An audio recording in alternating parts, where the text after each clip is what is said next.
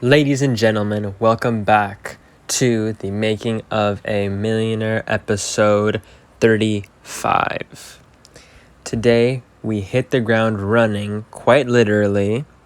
I ran 3 laps at Benelli Park. I did a lot of walking. I could have pushed myself harder. In fact, I watched a David Goggins podcast today, and hearing him talk made me reflect on this run and made me think, damn, I could have went a lot harder. Maybe next time I run, I will listen to one of his podcasts. Anyways, each lap is about 1.8 miles. 1.8 times 3 is 5.4, right? Yeah, 5.4 miles plus 1 mile there and back is about... plus half a mile there and back is about 6.4 miles. Which is not too much. I don't know how long a 10K is. But I think it's around there. But I did feel good after the run. I definitely, next time I do 3 laps, I'm going to jog the whole thing. What else? Today was a relaxing day, if I'm being honest. It is pretty early right now. I'm going to try and go to bed as early as possible so that I can get a jump start on tomorrow and start cold calling with full energy. I spent a portion of today worrying about closing clients without an office. As of now, even though I already started doing outbound, I do not know how I am going to get these people actually in the system without an office.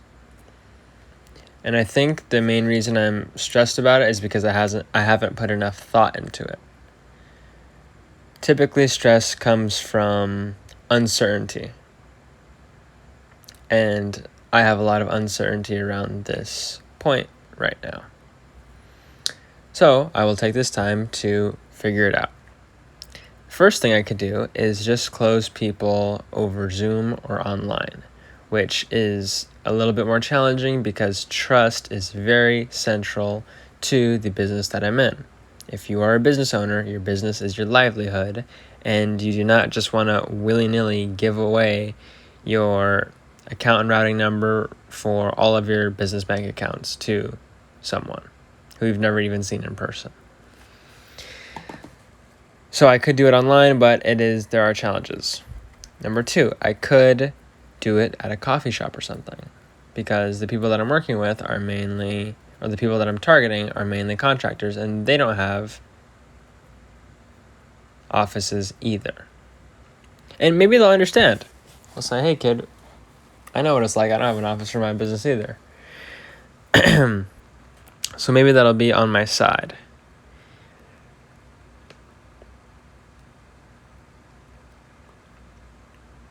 But it is still an uncertainty, and it's still something that causes me stress.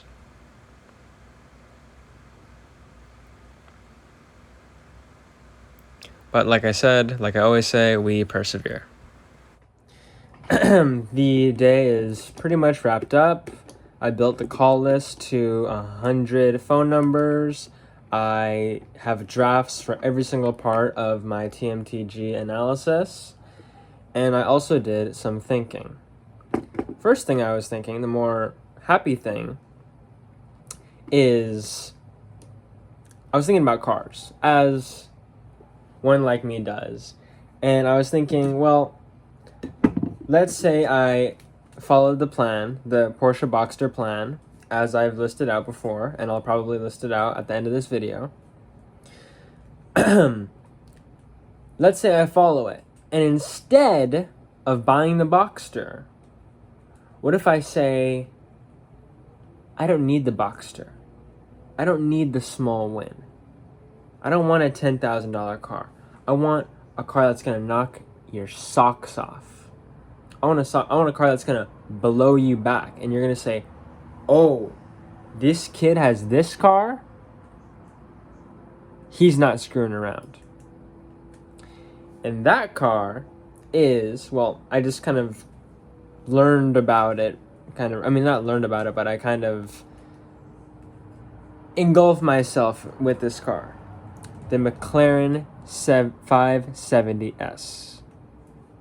It's the older entry-level McLaren, and you could probably get one around $120,000 to $140,000. And that is a car that blows your socks off. Flat plane crank, V8, twin turbo. I could get a Spider. Can't get it stick shift, but it's a McLaren, so you're not really worried about, I have a 3-pedal car. It's a McLaren. And I was thinking, well, I could just get a junker, and then I could get an office. The money that I would spend on the Porsche, I could use and spend it on an office. And by that time, I'd be in Santa Barbara. So I would get my Santa Barbara office. The smallest, junkiest office in town, most likely, but an office nonetheless. And at that point, I would have already closed a few clients.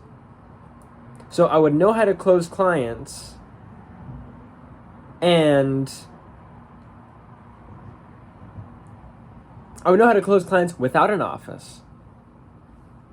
And then instead of buying the Boxster and having to close more clients without an office, I could buy a lame car, get an office, lease an office, and then I could close clients in the office. And I think that would make the closing process a lot better.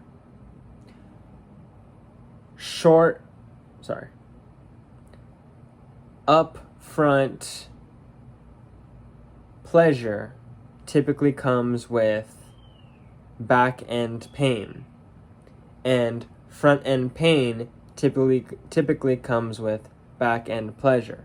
So, for example, if I buy the Boxster right when I get enough money to afford the monthly payments, the back end pain of that Boxster is going to be the struggle to keep closing more clients and get an office. But if I hold off on the Boxster, get the office, and get a junker car, then